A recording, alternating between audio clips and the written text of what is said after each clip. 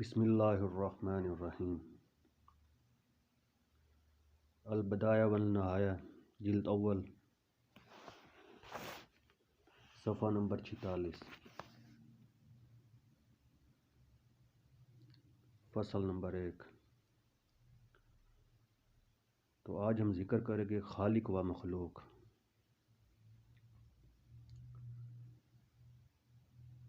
اللہ تعالیٰ نے اپنی عزیز و مقدس کتاب میں ارشاد فرمایا، اللہ خالق علی کل شیء وہو علی کل شیء وکیل۔ اس لیے در حقیقت وہی ہر چیز کا خالق اور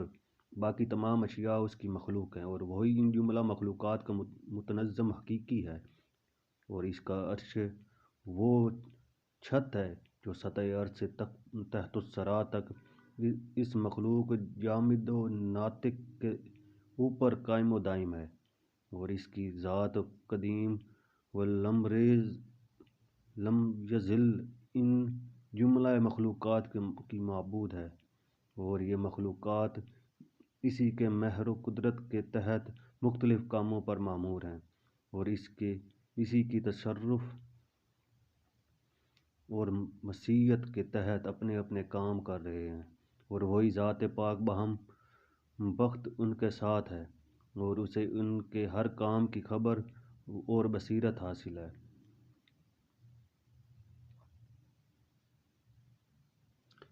تمام بڑے بڑے علماء اس بات پر متفق ہیں، اور انہیں اس میں متعلق شک نہیں کہ اللہ تعالیٰ نے یہ زمین و آسمان اور جو کچھ ان کے درمیان ہے 6 روز میں تخلیق فرمایا۔ البتہ اگر اس ضمن میں ان کے درمیان کوئی بظاہر اختلاف ہے تو صرف اتنا کہ آیا ان 6 دنوں سے وہی دن مراد ہے جن کا اس دنیا میں شمار کرتے ہیں، یا ان سے جیسا کہ بتایا گیا وہ ایام مراد ہیں جن میں سے ہر دن 1000 سال کے برابر ہے۔ نیز یہ کہ آیا زمین اور آسمان کے درمیان ان 6 دنوں سے قبل بھی کوئی شے تخلیق ہوئی تھی یا نہیں۔ اس موضوع پر ہم آگے چل کر مدلل گفتگو کریں گے، جیسا کہ ہم اپنی تفسیر میں اس آیہ مبارکہ پر کر چکے ہیں۔ ویسے بعض سلیح کہتے ہیں کہ زمین اور آسمان کی تخلیق سے قبل ان کے درمیان کوئی شے موجود نہیں تھی، اور بعض یہ کہتے ہیں کہ تھی، اور اس کے ثبوت میں وہ قرآن سے یہ دلیل پیش کرتے ہیں کہ خود اللہ تعالیٰ کا ارشاد ہے، وَهُوَ الَّذِي خَلَقَ السَّمَاوَاتِ وَالْأَرْضَ فِي 6 أَيَّامٍ كَانَ عَرْشُهُ عَلَى الْمَاءِ، یعنی اس نے زمین اور آسمان کو 6 روز میں پیدا کیا جبکہ اس کا عرش پانی پر تھا، جیسا کہ احادیث عمران میں موجود ہے، اور جس کا ہم آگے چل کر ایسا انشاءاللہ مفصل بیان کریں گے۔ قرآن شریف سے ثابت ہے کہ تخلیق کائنات سے قبل خدا کے سوا کوئی شے موجود نہیں تھی، اور یکبارگی عدم سے وجود میں آئی۔ عمران بن حسین کی حدیث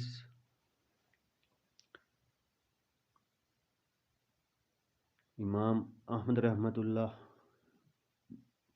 بن بحز، حماد بن سلمہ، ابو یعلا ابن عطا، وکی بن جدس اور ان کے چچا رزین لقیت بن عامر عقیلی کے حوالے سے روایت کر فرماتے ہیں کہ آخر الذکر نے ایک روز رسول اللہ صلی اللہ علیہ وسلم سے دریافت کیا، یا رسول اللہ صلی اللہ علیہ وسلم، زمین اور آسمانوں کی تخلیق سے قبل ہمارا رب کہاں تھا؟ اس سوال کے جواب میں آپ صلی اللہ علیہ وسلم نے فرمایا، وہ لا مقام میں تھا جس کے اوپر اور نیچے بے نام ہوائی خلا تھا۔ پھر اس نے اپنا عرش پانی پر تخلیق فرمایا۔ امام احمد رحمۃ اللہ علیہ نے یہی روایت حدیث مبارکہ یزید بن ہارون اور حماد بن سلمہ کے حوالے سے بیان کی ہے، اور اس میں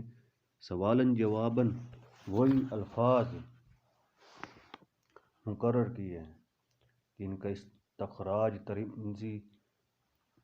رحمۃ اللہ علیہ نے کرتے ہوئے اس روایت حسن کہا ہے۔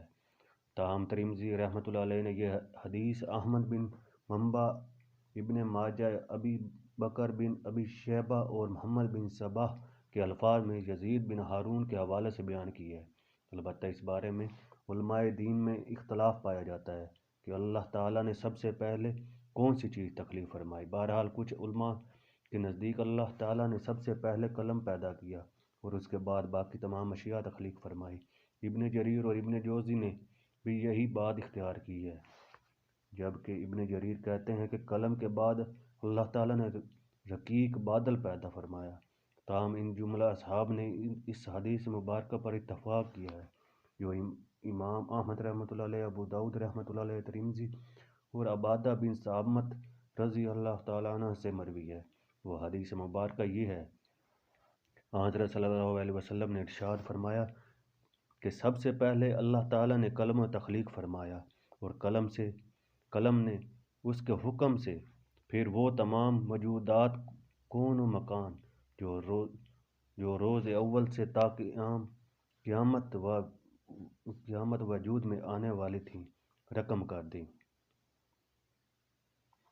اس حدیث مبارکہ کی روایت میں یہ امام احمد رحمۃ اللہ علیہ کے الفاظ ہیں۔ تاہم اس حدیث کو حسن اور صحیح کے ساتھ غریب بھی لکھا ہے، لیکن حدیث نبوی کے جن الفاظ پر جمہور علماء دین کا اتفاق ہے اور جنہیں حافظ ابو یعلا ہمدانی وغیرہ نے نقل کیا ہے، وَأَنَّ الْعَرْشَ الْمَخْلُوقُ قَبْلَ ذَلِكَ، سب سے پہلے یعنی قلم سے بھی پہلے عرش کی تخلیق ہوئی۔ یہ بہرحال ابن جریر کی روایت ہے جو انہوں نے ابن عباس کے حوالے سے پیش کی ہے، اور ان کی سند پر اسے مسلم رحمۃ اللہ علیہ نے اپنی کتاب احادیث صحیحہ مسلم میں درج کیا ہے، لیکن اس کے ساتھ یہ الفاظ بھی اضافہ کیے ہیں کہ ہم سے ابو طاہر نے یکے بعد دیگرے احمد بن عمر بن سرح ابن وہب، ابو ہانی خولانی، ابی عبد الرحمن الحبلی اور عبداللہ بن عمر بن العاص کے حوالے سے بیان کیا ہے کہ آخر الذکر کر کے بقول انہوں نے حضرت صلی اللہ علیہ وسلم کو فرماتے ہوئے سنا، اللہ تعالیٰ نے ارض السماء کو 50,000 سال میں تخلیق سے قبل جملہ موادات کی تصاویر بنا دی تھیں۔ اس کے بعد آپ صلی اللہ علیہ وسلم نے فرمایا، ان جملہ مخلوقات سے قبل قلم کی تخلیق ہوئی۔ اس حدیث کی تائید کرتے ہوئے بخاری رحمۃ اللہ علیہ نے عمران بن حسین کے حوالے سے بیان کیا ہے جو کہتے ہیں کہ ابن اہل یمن نے رسول اللہ صلی اللہ علیہ وسلم سے جب دریافت کیا کہ موجودات عالم میں سب سے پہلے کس چیز کی تخلیق ہوئی، تو آپ نے فرمایا کہ وجود باری تعالیٰ سے قبل کوئی شے نہیں تھی۔ تاہم بعض روایات میں اس حدیث کے ساتھ یہ الفاظ بھی پائے جاتے ہیں، وَكَانَ عَرْشُهُ عَلَى الْمَاءِ وَكُتُبِهِ فِي الذِّكْرِ كُلِّ شَيْءٍ وَخَلْقُ السَّمَاوَاتِ وَالْأَرْضِ۔ البتہ تخلیق عالم کے سلسلے میں اہل یمن نے حدیث کے وہ الفاظ بیان نہیں کیے جو ابن رزین کے روایت کردہ احادیث میں ہیں، جنہیں ہم نے سطور بالا میں منوعاً نقل کیا ہے۔ البتہ ابن جریر اور متاخرین نے بیان کیا ہے کہ اللہ تعالیٰ نے عرش سے قبل پانی پیدا فرمایا تھا۔ سعدی نے ابن مالک، ابی سہلہ، ابن عباس اور مروہ بن مسعود کے حوالے سے نیز متعدد دوسرے اصحاب رسول اللہ صلی اللہ علیہ وسلم کے زبانی بیان کیا ہے کہ ان اللہ کان عرش علی الماء ولم یخلق شیء غیر وما خلق قبل الماء، یعنی اللہ تعالیٰ کا عرش پانی پر تھا اور پانی سے قبل کوئی چیز اللہ تعالیٰ نے تخلیق نہیں فرمائی تھی۔ بہرحال ابن جریر ہی نے محمد بن اسحاق کے حوالے سے یہ بھی بیان کیا ہے کہ سب سے پہلے اللہ تعالیٰ عز و جل نے نور ظلمت تخلیق فرمائے، پھر انہیں ایک دوسرے سے ممیز کرنے کے لیے ظلمت کو شب تاریک اور نور کو روز روشن کی شکل عطا فرمائی۔ ابن جریر کے علاوہ کچھ اور لوگوں نے بھی کہا کہ ہمارے رب نے قلم کے بعد کرسی، کرسی کے بعد عرش کی تخلیق فرمائی، جس کے بعد ہوا اور ظلمت پیدا کیے، اور اس کے بعد پانی پیدا کیا، اور اس پر اپنا عرش مقرر فرمایا۔ واللہ اعلم بالصواب۔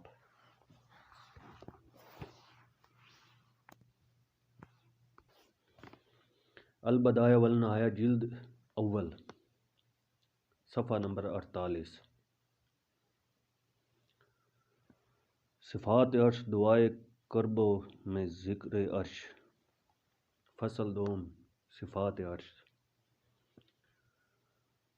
عرش و کرسی کی صفات جو قرآن شریف میں بیان ہوئی ہیں وہ یہ ہیں: نمبر 1، الرحمن علی عرش استویٰ۔ نمبر 2، رفیع الدرجات ذو العرش۔ نمبر 3، فتعالی المالک الحق لا الہ الا هو الرب العرش الکریم۔ نمبر 4، لا الہ الا اللہ هو رب العرش العظیم۔ نمبر 5، وہو الغفور الودود ذو العرش المجید۔ نمبر 6، ثم استوى علی العرش۔ نمبر 7، الذین یحملون العرش ومن حولہ یسبحون بحمد ربہم ویؤمنون بہ ویستغفرون للذین آمنوا ربنا وسعت کل شیء رحمۃ وعلما۔ نمبر 8، وَيَحْمِلُ عَرْشَ رَبِّكَ فَوْقَهُمْ يَوْمَ الدِّينِ ثَمَانِيَةً۔ نمبر 9، وَتَرَى الْمَلَائِكَةَ حَافِّينَ مِنْ حَوْلِ الْعَرْشِ يُسَبِّحُونَ بِحَمْدِ رَبِّهِمْ وَقُضِيَ بَيْنَهُمْ بِالْحَقِّ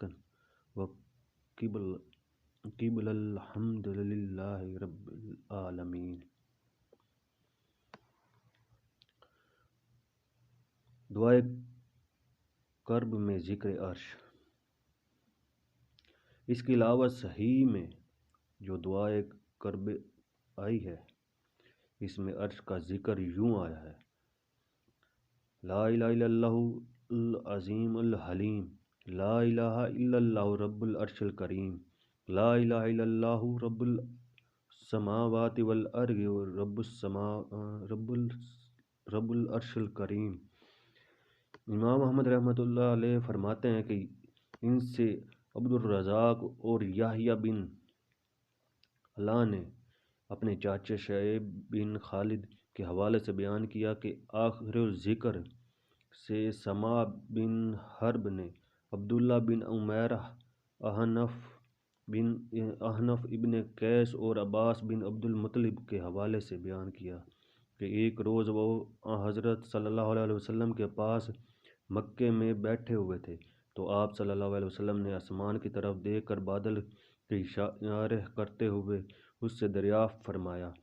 یہ جو تم دیکھ رہے ہو؟ مذکورہ بالا صاحب نے عرض کیا: یا رسول اللہ صلی اللہ علیہ وسلم، یہ بادل ہیں۔ اس کے بعد آپ صلی اللہ علیہ وسلم نے دریافت فرمایا: کیا ان میں مزن بارش نہیں ہے؟ ہم نے عرض کیا: جی حضور، بارش بھی ہے۔ اس کے بعد آپ صلی اللہ علیہ وسلم نے ہم سے پوچھا اور عنان۔ البدایہ والنہایہ جلد اول، صفحہ نمبر 49۔ دعائے کرب و ذکر۔ دعائے کرب میں ذکر عرش۔ تو آپ صلی اللہ علیہ وسلم نے ہم سے پوچھا اور عنان۔ یہ سن کر ہم چپ رہے کہ اسے اللہ اور اس کا رسول صلی اللہ علیہ وسلم جانتے ہیں۔ تو آپ صلی اللہ علیہ وسلم نے فرمایا: سحاب و عنان میں 500 سال کی مسافت ہے۔ اصحاب و انان میں 500 سال کی مسافت ہے۔ اس کے بعد مذکورہ بالا اصحاب کے بقول آپ صلی اللہ علیہ وسلم نے فرمایا، ایک آسمان سے دوسرے آسمان تک راستہ کھلا ہوا صاف ہے، اور 7ویں آسمان کے اوپر نیچے خلائی بحر ہے، جیسا کہ زمین اور پہلے آسمان کے درمیان ہے۔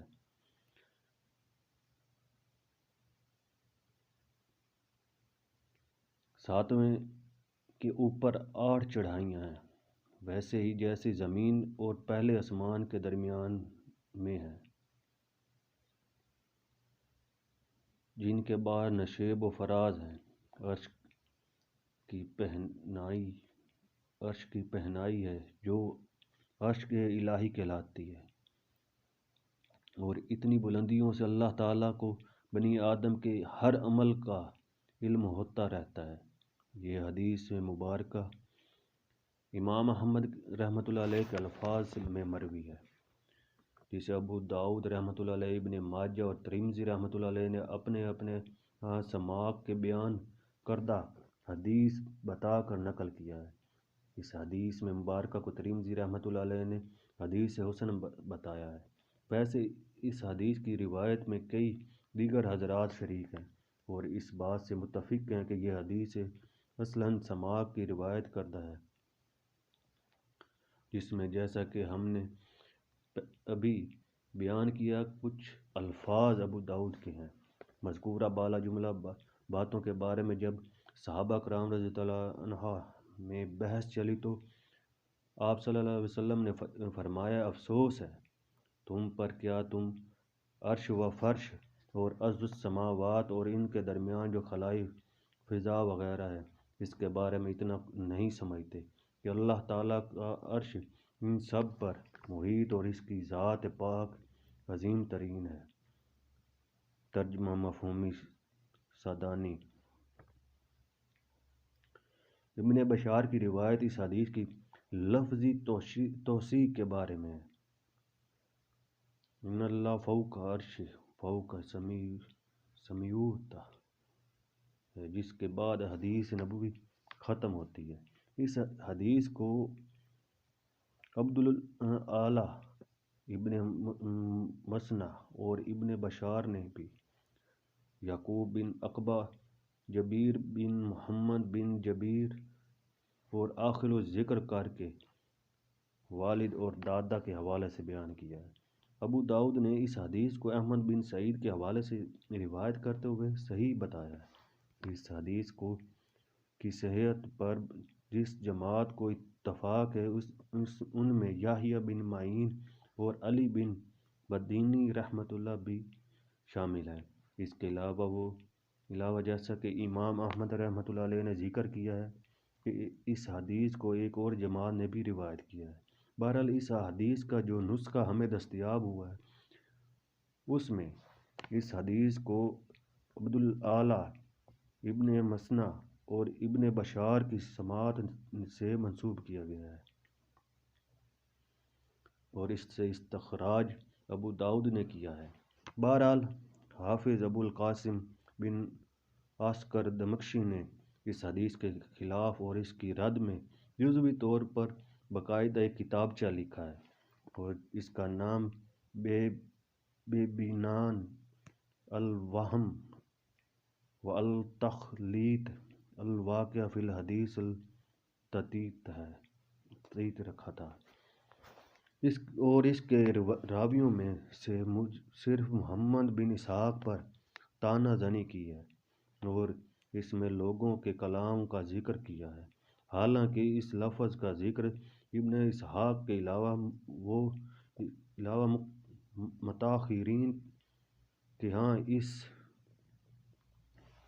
حدیث کے سلسلے میں اکثر ملتا ہے۔ مثلاً عبد بن حمیر اور ابن جریر نے اس کی شرح کرتے ہوئے، اور ابن ابی عاصم اور طبرانی نے اپنی کتاب السنت میں اسی عنوان سے اس حدیث کا ذکر کیا ہے۔ نیز بازار نے اپنی مسند اور حافظ ضیاء مقدسی نے اپنی کتاب مختار میں ابی اسحاق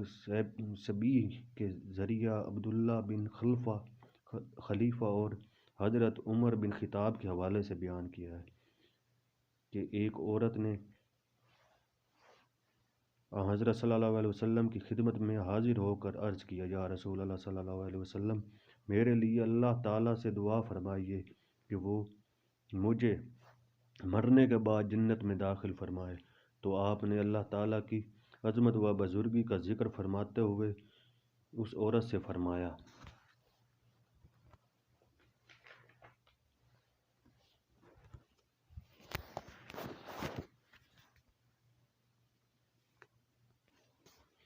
البدایہ والنہایہ جلد اول صفحہ نمبر 50،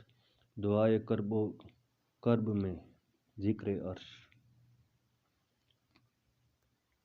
کیا تم جنت اور خدائے بزرگ و برتر کے عرش و کرسی کو اپنی دنیاوی فضا کی طرح کوئی محدود چیز سمجھ بیٹھی ہو؟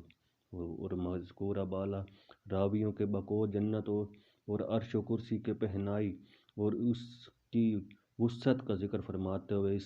اسی لفظی عتیت کا اضافہ فرمایا۔ عبداللہ بن خلیفہ کے نزدیک بہرحال یہ حدیث غیر مشہور اور اس میں حضرت کا حوالہ محال نظر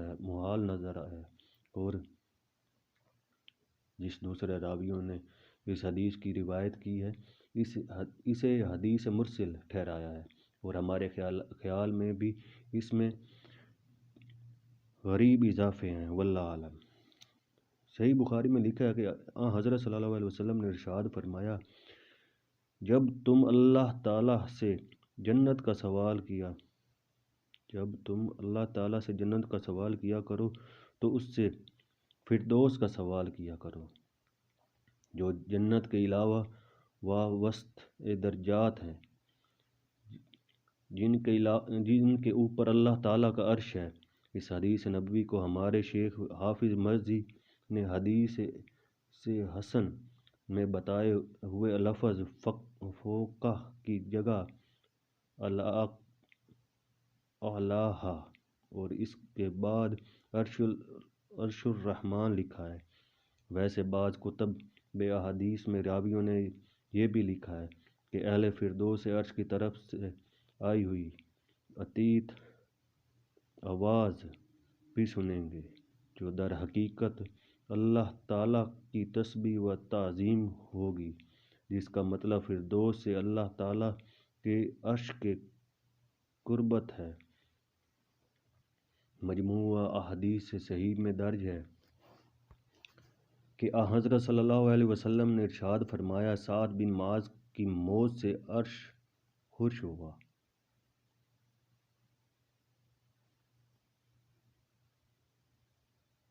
حافظ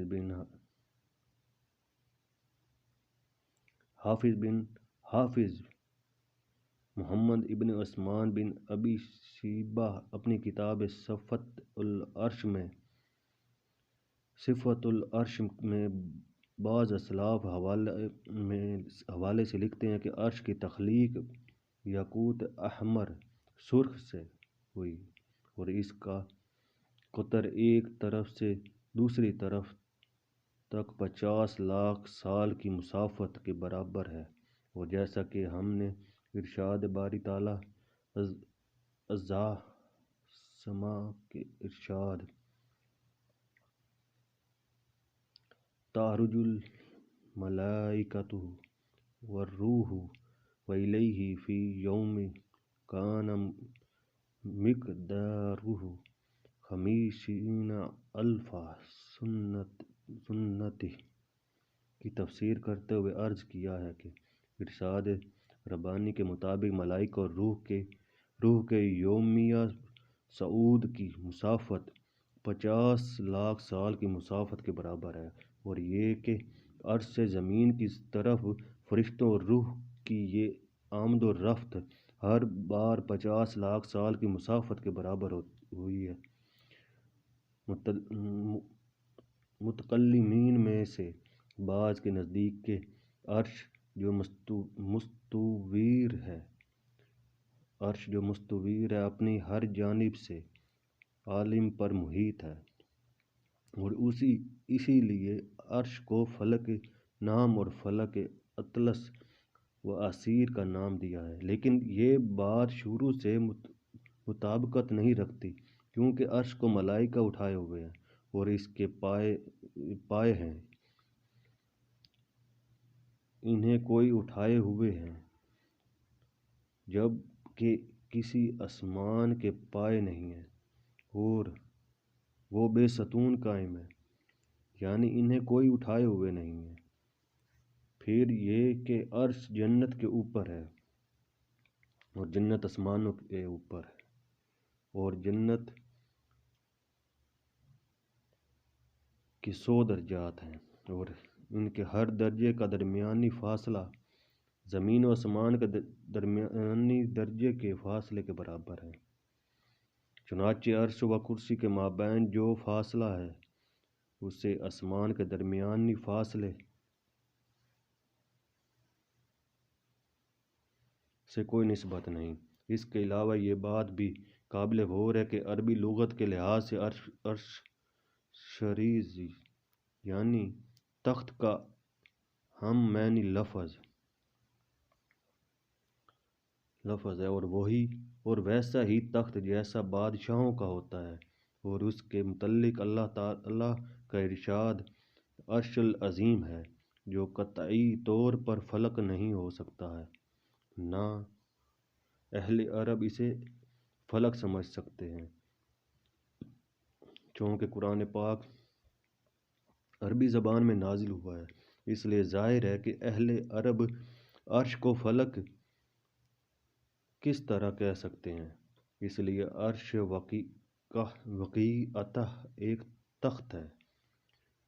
اس میں پائے ہیں اور اسے فرشتے اٹھائے ہوئے ہیں۔ اس کے علاوہ وہ جیسا کہ کہا گیا ہے کہ ایک گنبد کی شکل میں ہے جو مخلوقات کی چھت ہے۔ خود اللہ تعالیٰ کا ارشاد ہے الذین یحملون العرش ومن حولہ یسبحون بحمد ربہم ویؤمنون بہ ویستغفرون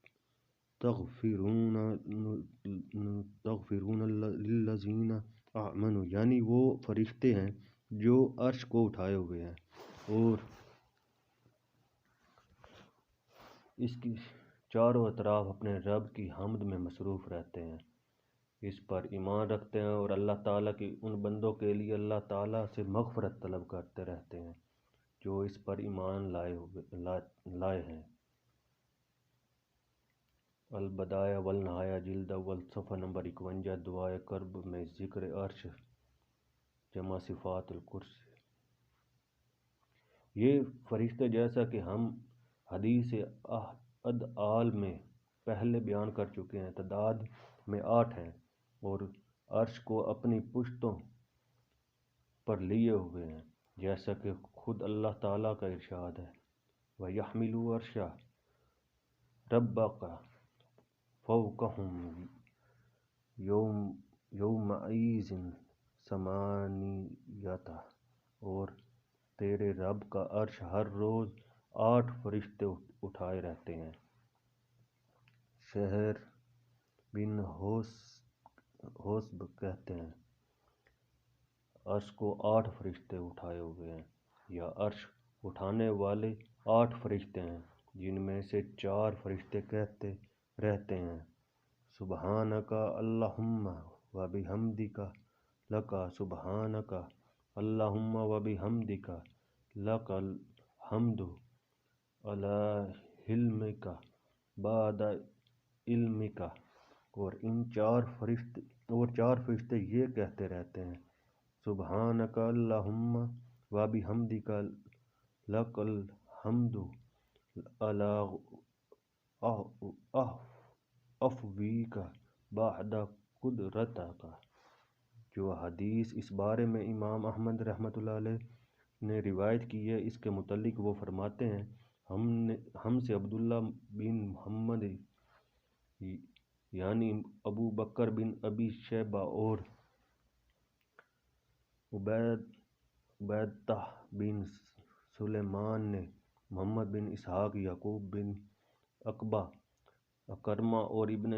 عباس کے حوالے سے بیان کیا کہ رسول اللہ صلی اللہ علیہ وسلم نے امیہ یعنی ابن ابی سامت کے جن اشعار کو سن کر سچ کہا، فرمایا وہ یہ ہیں۔ ان اشعار کے بارے میں چونکہ حضرت صلی اللہ علیہ وسلم نے سچ کہا، ارشاد فرمایا جو صحیح النساد راویوں اور ثقہ اصحاب سے مروی ہے، اس لیے ثابت ہوا کہ عرش الہی کے حامل چار فرشتے ہیں جو ہر روز یک بعد دیگرے اسے اٹھائے رہتے ہیں۔ یا اللہ ان چار فرشتوں کے بارے میں ان کی تعداد و صفات کا جو اثبات ہم نے اس اسناد کی بنا پر کیا، وہ اگرچہ حدیث و آل سے متعارض ہے، لیکن اس کی ہم تردید بھی نہیں کر سکتے، واللہ اعلم۔ صفات کرسی۔ ابن جریر نے جویبر کے ذریعہ حسن بصری رحمۃ اللہ علیہ کے حوالے سے جو حدیث بیان کی ہے، اسے ضعیف بتایا گیا ہے۔ آخر الذکر کہتے ہیں کہ در حقیقت کرسی ہی عرش ہے، لیکن اس حدیث کی روایت حسن بصری رحمۃ اللہ علیہ سے منسوب کرنا درست نہیں ہے، کیونکہ کرسی کے بارے میں دیگر صحابہ کرام اور تابعین رضی اللہ تعالیٰ عنہ بلکہ خود حضرت بصری رحمۃ اللہ علیہ نے کہا ہے، وہ یہ ہے کہ کرسی عرش کے علاوہ دوسری چیز ہے، اور انہوں نے اس کے ثبوت میں قرآن کی آیہ شرفیہ وسیع کرسی السماوات والارض پیش کی ہے، اور کہا ہے کہ کرسی وہ ہے جس میں اللہ تعالیٰ کا علم محفوظ ہے۔ کرسی کے بارے میں صحیح حدیث کا مرجع ابن عباس رضی اللہ عنہ ہے، اور اس حدیث کو حاکم نے اپنی کتاب مستدرک میں بیان کیا ہے۔ تاہم انہوں نے بتایا ہے کہ انہوں نے اس حدیث کو دوسروں کے اعلیٰ الارغم سفیان ثوری کی طرح عمار دھنی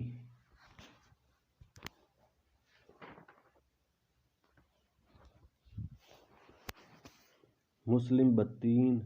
سعید بن جبیر اور ابن عباس رضی اللہ عنہ کے حوالے سے پیش نہیں کیا، بلکہ اس کا استناد شیخین رضی اللہ تعالی عنہ سے کیا ہے، اور انہوں نے یہ بھی بتایا کہ کرسی کو موضوع قدمین کہہ سکتے ہیں، لیکن عرش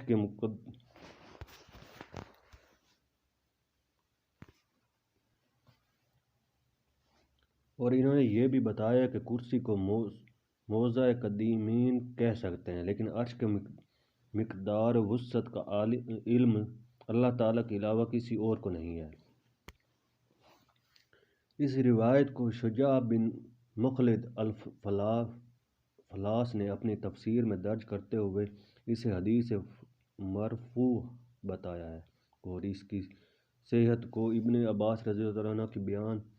پر موقوف ظاہر کیا ہے۔ ویسے کرسی کا بیان جواب بن جریر سے ابو موسیٰ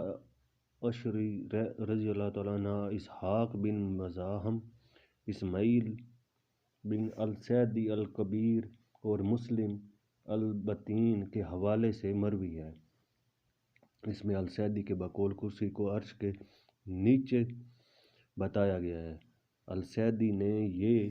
یہ بھی کہا ہے کہ زمین اور تمام آسمان کرسی کے درمیان ہے، اور خود کرسی عرش کے درمیان ہے۔ ابن جریر رحمۃ اللہ علیہ نے ابن ابی حاتم اور ضحاک کی طرح بیان کیا ہے کہ آسمان 7 ہیں، اور زمینیں بھی پہلے 7 طبقات میں منقسم تھیں، لیکن بعد میں ایک ساتھ جڑ کر کرسی کی وسعت میں اللہ تعالیٰ کے حکم سے ایک جگہ سمٹ گئی۔ ابن جریر کہتے ہیں کہ ان سے یونس اور ابن وہب نے ابن زید کی زبانی بتایا کہ آخر الذکر سے ان کے والد نے بیان کیا کہ ان کے والد کو ابو ذر رضی اللہ تعالیٰ عنہ نے حضرت صلی اللہ علیہ وسلم کا یہ ارشاد بتایا کہ کرسی عرش سے ایک لوہے کے حلقے کی طرح معلق ہے، جیسے میری کمر کے گرد خاکی دائرہ ہے اور کمر اس دائرے سے معلق ہو۔ لیکن یہ حدیث مرسل ہے اور ابو ذر رضی اللہ عنہ کے بیان پر ختم ہو جاتی ہے، اور اس سے بطریق موصول روایت کی گئی ہے۔ حافظ ابو بکر بن مردودیہ اپنی تفسیر میں بیان کرتے ہیں کہ انہیں سلمان بن احمد طبرانی، عبداللہ بن وہاب مغربی، محمد بن ابی سرید عسقلانی اور محمد بن عبداللہ تمیمی نے قاسم بن محمد شقفی، ابی ادریسی خولانی اور ابو ذر غفاری رضی اللہ عنہ کے حوالے سے بتایا کہ آخر الذکر نے رسول اللہ صلی اللہ علیہ وسلم سے کرسی کے بارے میں سوال کیا تو آپ صلی اللہ علیہ وسلم نے ارشاد فرمایا، جس ذات پاک کے قبضے میں میری جان ہے، اس قسم کے 7 آسمان اور 7 زمینیں، زمین کے 7 طبقات، اس کے ماں سوائے کہ وہ کرسی کے گرد نزدیک حلقہ بنائے ہوئے ہیں، اور کرسی بھی اس حلقے میں شامل ہے اور کچھ نہیں۔ اس لیے جس طرح کسی اصل شے کو حلقے میں فضیلت ہوتی ہے، اسی لیے عرش کو کرسی پر فضیلت حاصل ہے۔ ابن جریر اپنی کتاب تاریخ میں بیان کرتے ہیں کہ ان سے ابن وقیع نے کہا کہ ان کے والد یعنی ابن وقیع کے والد نے ابن وقیع سے سفیان، اعمش، منہال بن عمر اور سعید بن جبیر کے حوالے سے بیان کیا۔ ان اصحاب نے ابن عباس رضی اللہ عنہ سے ان کے بیان کے بارے میں جو انہوں نے دجل کے حوالے سے بیان کیا تھا سوال کیا کہ اگر اللہ تعالیٰ کا عرش تخلیق عالم سے قبل پانی پر تھا تو پھر پانی کس چیز پر تھا؟ تو ابن عباس رضی اللہ عنہ نے جواب دیا کہ پانی منن ہوا پر تھا، اور جملہ آسمان زمینیں اور جو کچھ ان میں ہے وہ سب کا سب اس چیز کے گرد حلقہ زن تھا جسے کرسی کہا جاتا ہے۔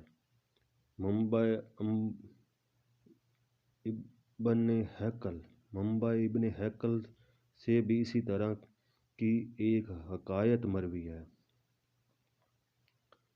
ویسے وہاب نے ہیکل کی تشریح یوں کی ہے کہ وہ ایسی چیز ہے جس کے گرد آسمانوں اور زمینوں نے فضا کے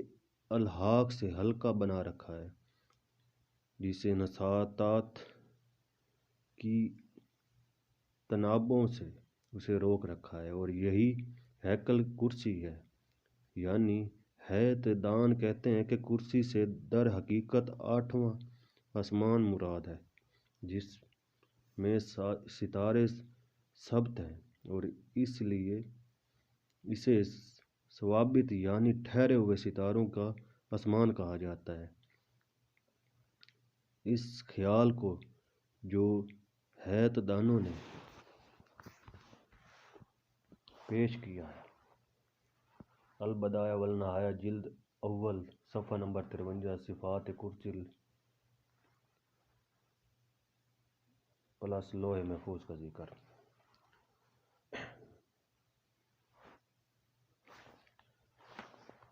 کچھ دوسرے لوگوں نے یہ کہہ کر محال نظر قرار دیا کہ اگر یہ نظریہ تسلیم کیا گیا تو اس کا مطلب یہ ہوگا کہ اس فلک ہشتم کو باقی دوسرے 7 آسمانوں پر تسلط کیا جائے، تو یہ جو حدیث نبوی سے اس بارے میں متضاد ہے۔ انہوں نے یہ بھی کہا کہ اس نظریے کو تسلیم کیے بغیر بھی وہ کرسی کو تمام آسمانوں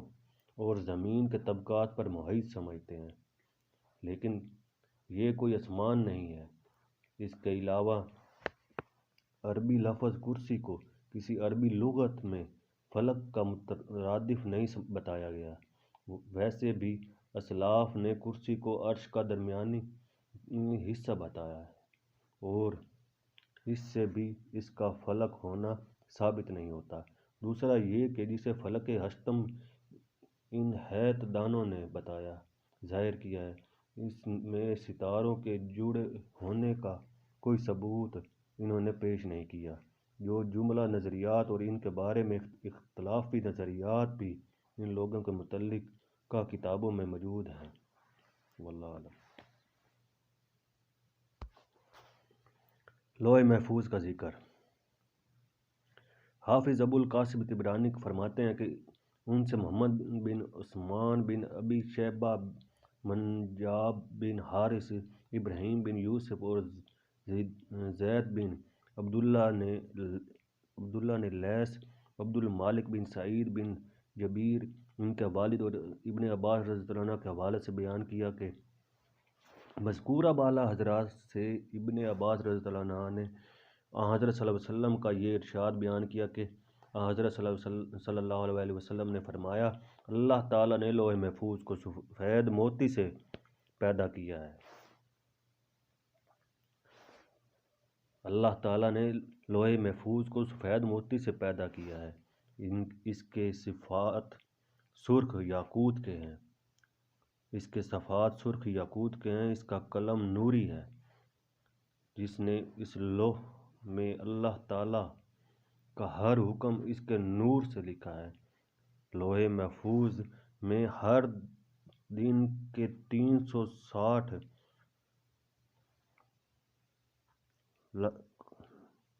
لحظے ہیں، جن میں تخلیق، رزق رسانی، موت و حیات اور عروج و زوال کے بارے میں اللہ تعالیٰ کے احکام درج کیے جاتے ہیں، اور ان کے علاوہ جو کچھ اللہ تعالیٰ چاہے وہ بھی لکھا جاتا ہے۔ اسحاق بن بشیر کہتے ہیں کہ انہیں مقاتل اور ابن جریر نے مجاہد اور ابن عباس رضی اللہ عنہ کے حوالے سے بتایا کہ لوح کے درمیان لا الہ الا اللہ وحدہ الاسلام و محمد عبدہ و رسولہ لکھا ہے، یعنی اللہ تعالیٰ کے سوا کوئی معبود نہیں، وہ واحد یکتا ہے، محمد اس کے بندے اور رسول ہیں، اور اس کا قابل قول دین اسلام ہے۔ اس کے بعد ابن عباس رضی اللہ عنہ نے کہا، بس جو شخص خدا پر ایمان لایا، اس کے جملہ احکام قبول اور تسلیم کیے اور ان کا اتباع کیا اور اس کے رسولوں کے احکام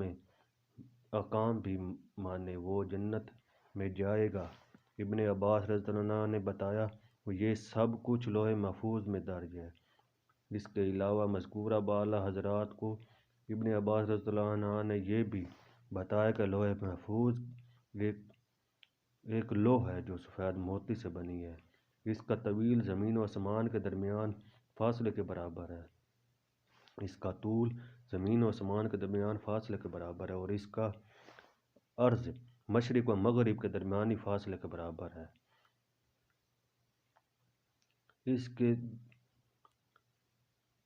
اس کے